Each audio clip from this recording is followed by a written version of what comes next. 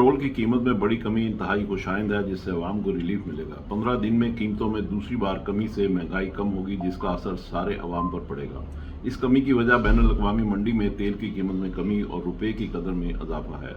अगर डॉलर के ज़वाल का सफ़र जारी रहा तो अवाम को मज़ीद रिलीफ देना मुमकिन हो जाएगा। गुज़िश्ता रोज़ पेट्रोल की कीमत में 40 रुपये फ़ी लीटर और हाई स्पीड डीजल की कीमत में 15 रुपये फ़ी लीटर कमी कर दी गई। डीजल की कीमत में ज़्यादा कमी नहीं की जा सकी, जबकि इस पर आयद पेट्रोलियम लेवी में 5 रुपये का इजाफा करके इसको 55 रुपये फ़ी लीटर कर दिया गया है और अब इसमें 5 रुपये से ज़्यादा इजाफा गैर कानूनी हो जाएगा। डीजल की कीमत में ज़्यादा कमी इसलिए भी मुमकिन नहीं थी क्योंकि हुकूमत ने बजट के अहदाफ को पूरा और IMF से किए गए मुआहदे पर भी अमल दरामद करना है, जिसके तहत इस साल पेट्रोलियम लेवी की मद में 869 अरब रुपये वसूल करने हैं।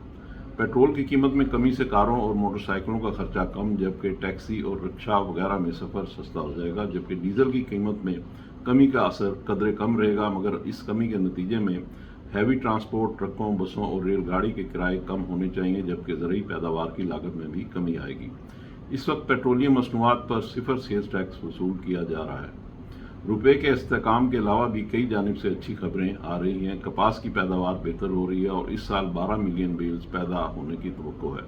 गंदम की पैदावार में 12% इजाफा हुआ है। गाड़ियों की सनत जो तबाह हो चुकी थी, इसे अब ऑर्डर मिलना शुरू हो गए हैं। स्टॉक मार्केट में भी अपने पैरों पर खड़ी हो रही है।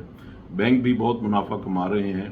तरसीलात में दोबारा इजाफा हो रहा है और चावल की बरामदात इस साल 3 अरब डॉलर से तजावुज़ करने की तवक्कुआत हैं।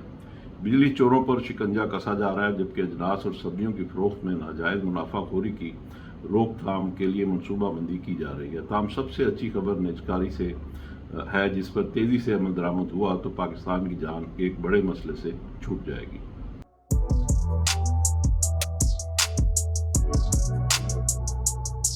इस पर लाइक और सब्सक्राइब तो बनता है। Thank you.